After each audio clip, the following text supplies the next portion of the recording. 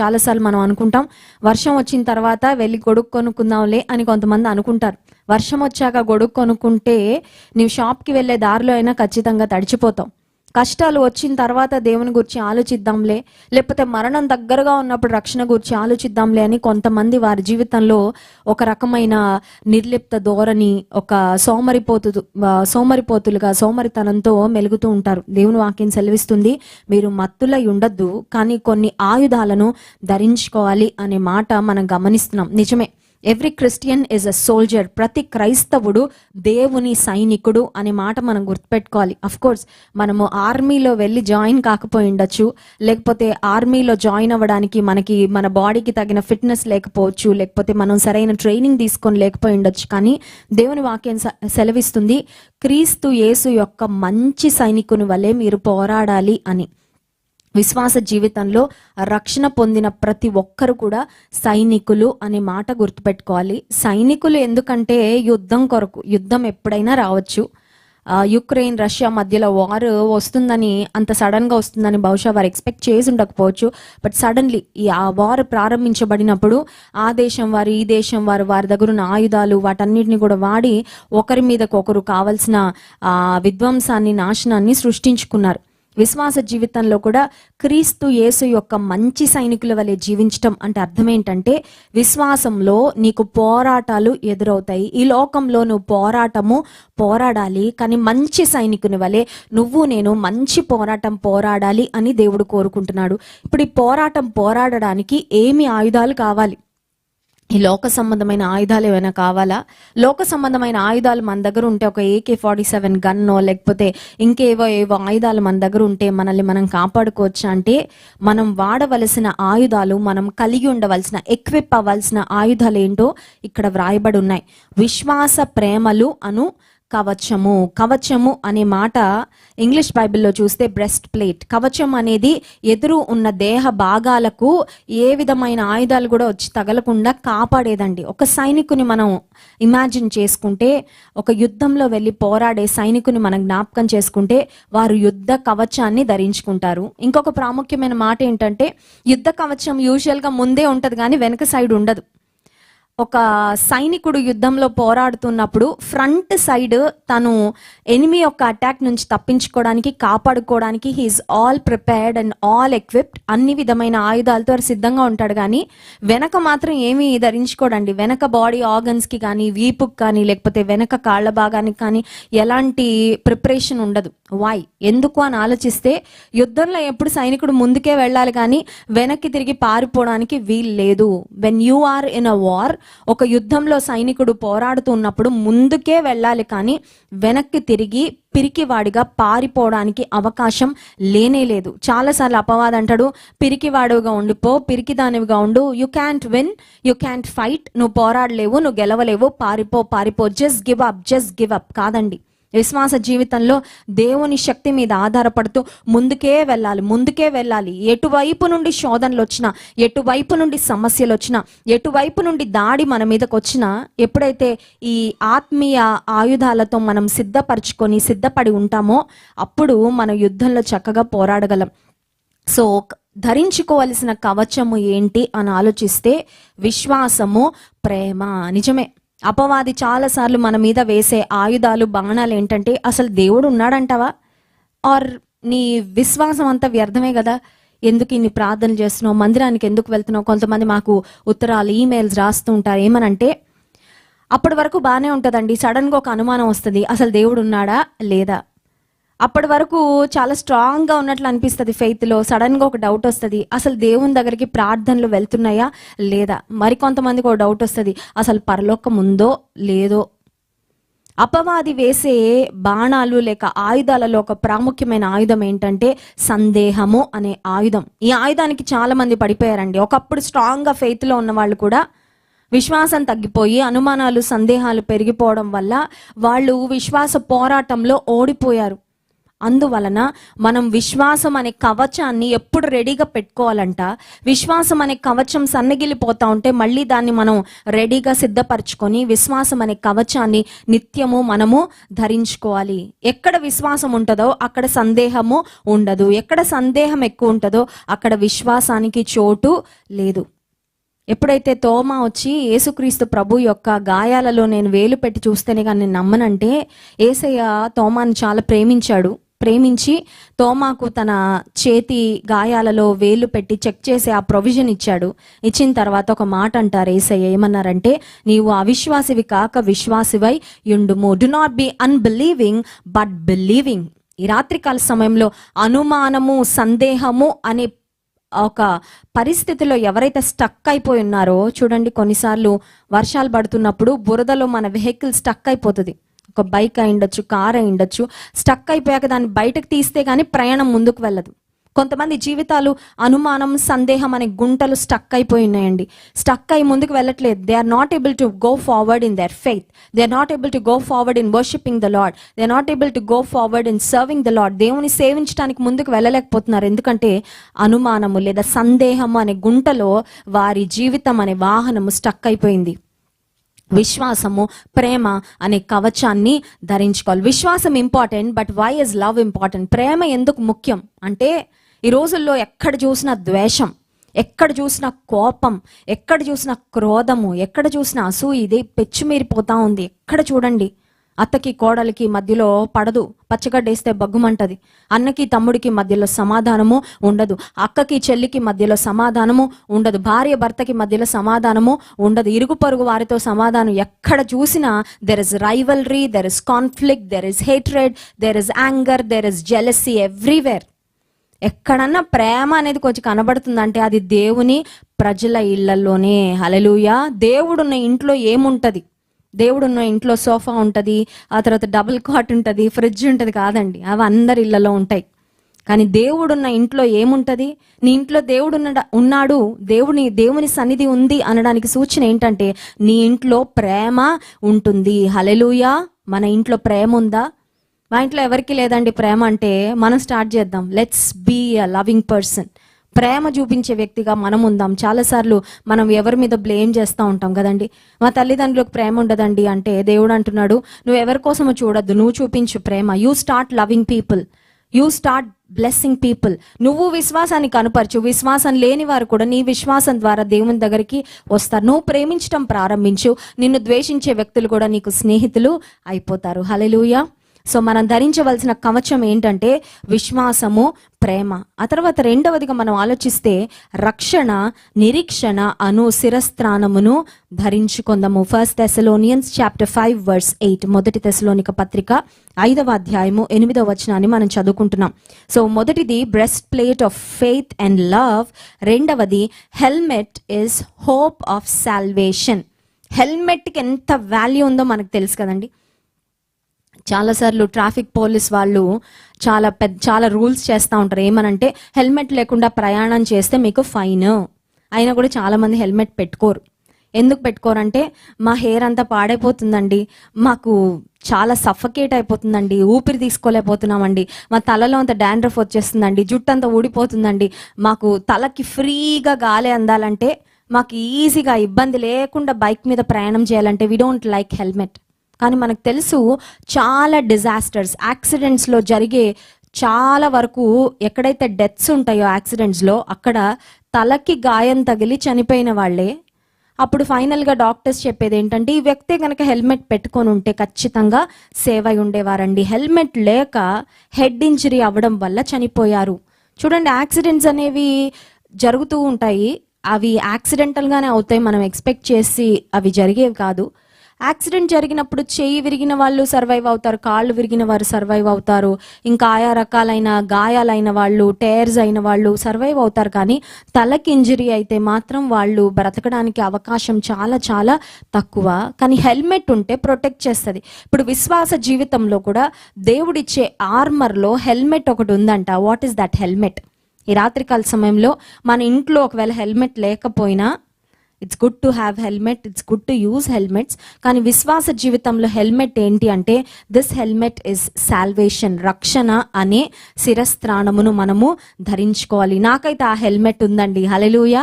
I'm protected, I'm saved because I have the helmet of salvation. మీకుందా? మీరు రక్షణ పొందారా?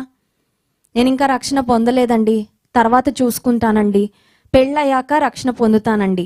నాకు ఒక ఫ్రెండ్ ఉండేది, నేను చదువుకుంటున్న కాలంలో కాలేజ్లో. తను అడిగాను ఒకసారి, రక్షణ పొందావా అంటే ఇంకా రక్షణ పొందలేదు.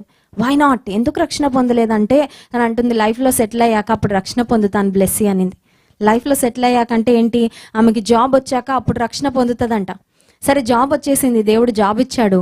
ఆ తర్వాత ఫోన్ చేసి ఒకరోజు అడిగితే పెళ్ళి కూడా అయిపోయింది, జాబ్ వచ్చేసింది, పెళ్ళి అయిపోయింది, ఇంకా రక్షణ పొందలేదు. నేను అడిగాను, లైఫ్లో సెటిల్ అయిన తర్వాత రక్షణ పొందుతానన్నావు కదా, ఇంకెందుకు పోస్ట్ పోన్ చేస్తున్నావు అంటే నిజమే, రక్షణ అంత విలువైనదని నేను అనుకోవడం లేదు, సంహవ్ పోస్ట్ పోన్ చేస్తా ఉన్నాను, ఇప్పుడు పొందుతాను, ఇప్పుడు దేవునికి నా జీవితాన్ని కంప్లీట్గా సరెండర్ చేసుకుంటాను, ఇప్పుడు నేను బాప్తీసం తీసుకుంటాను, ఇప్పటి నుండి క్రీస్తులో ఒక నూతన సృష్టిగా నేను జీవిస్తానని ఆ స్నేహితురాలు రక్షణ పొందిందండి. హల్లెలూయా. నువ్వు రక్షణ పొందాలని కొంతమందిని దేవుడు నీ లైఫ్లో పెట్టి వాళ్ళు నీకు రిమైండ్ చేస్తూ ఉన్నారు కదండి. ఫర్ ఎగ్జాంపుల్ కొన్నిసార్లు తల్లి అడుగుతూ ఉంటుంది, బాబు రక్షణ పొందు నాయన, ఇంకెంతకాలం డిలే చేస్తావు, ఇంకెంతకాలం ఆలస్యం చేస్తావు రక్షణ పొందంటే, నువ్వు ఎప్పుడు ఇలాగే చెప్తా ఉంటావులే అమ్మా అని తల్లి మాటను కాదని వెళ్ళిపోయేవారు, తల్లి మాట నెగ్లెక్ట్ చేసేవాళ్ళు, ఇగ్నోర్ చేసేవాళ్ళు, లెక్క చేయకుండా ఉండేవాళ్ళు. కొన్నిసార్లు దైవజనుడు, దైవ సేవకుడు కనబడి అడుగుతారు, బాబు రక్షణ పొందావా? లేదు పాస్టర్ గారు, పొందుతానని చెప్తారు కానీ పొందరు. ఆ బాప్తీసం తీసుకునే సమయంలో మాత్రం కనిపించరు, ఎక్కడికో అబ్స్కాండ్ అయిపోతారు, ఎస్కేప్ అయిపోతారు. కొన్నిసార్లు బహుశా నీ సహోదరుడు, నీ సహోదరు నిన్ను అడుగుతున్నారేమో, నువ్వు రక్షణ పొందాలంటే దేవుడు నీకు ఇస్తున్న రిమైండర్స్ను, దేవుడు నీకు ఇస్తున్న అలార్మ్స్ను నువ్వు ఇగ్నోర్ చేస్తూ ఉన్నావేమో. ప్రియమైన సహోదరి, ప్రియమైన సహోదరుడా, ఈ రాత్రికాల సమయంలో దేవుడు నిన్ను అడుగుతున్నాడు, నీకు రక్షణ అనే శిరస్త్రాణము ఉందా? Do you have the helmet of salvation? Helmet of salvation లేకపోతే నిన్ను అపవాది మట్టి కర్పించడం చాలా ఈజీ, నువ్వు ఓడిపోవడం జీవితంలో చాలా ఈజీ. చాలా మంది నా దగ్గరకు వచ్చి వారి ఒక సమస్య చెప్తా ఉంటారు, ఏంటంటే 5 years నుంచి చర్చికి వస్తున్నామండి, కానీ విశ్వాసంలో ఎదగలేకపోతున్నామండి. అప్పుడు నేను అడిగే ప్రశ్న ఏంటంటే, ఆర్ యూ సేవ్డ్? నువ్వు రక్షణ పొందావా? నీ పాపాలన్నీ యేసయ్య సన్నిధిలో ఒప్పుకొని బాప్తీసం తీసుకున్నావంటే ఇంకా లేదండి.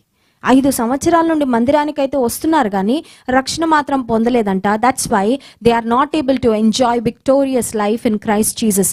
రక్షణను పోస్ట్ పోన్ చేస్తున్నారు కాబట్టి విశ్వాస జీవితంలో వారు జయాన్ని చూడలేకపోతున్నారు.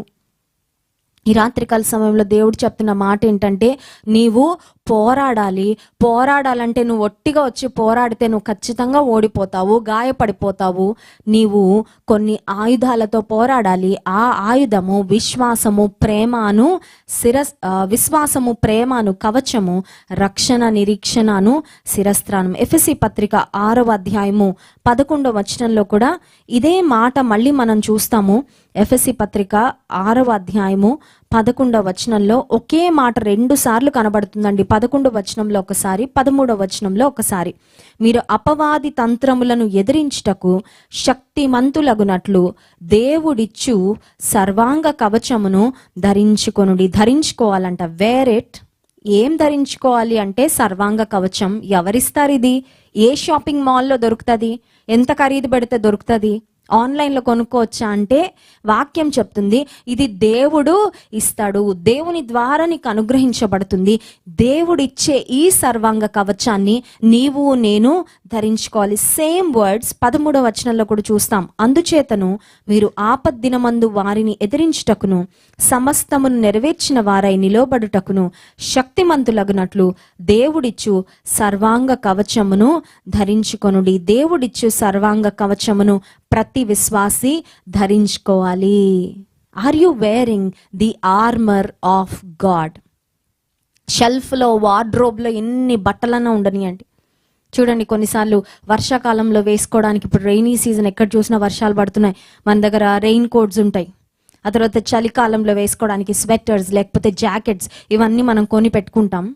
సమ్మర్లో వేసుకోవడానికి కొంచెం లైట్ క్లోత్స్, కాటన్ క్లోత్స్ ఇట్లాంటివి కొనుక్కుంటూ ఉంటాం.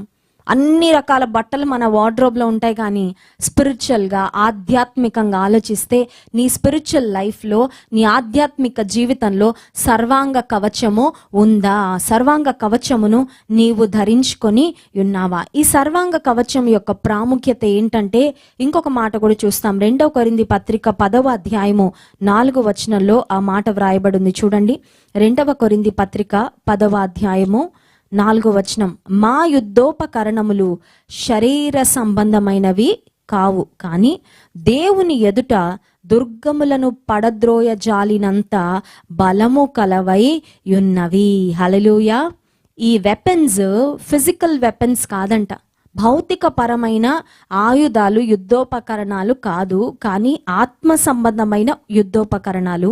ఈ ఆత్మ సంబంధమైన యుద్ధోపకరణాలు invisible to the eye but very very powerful and effective. చాలాసార్లు అనుకుంటా కంటికి కనిపించేవి చాలా విలువైనవని.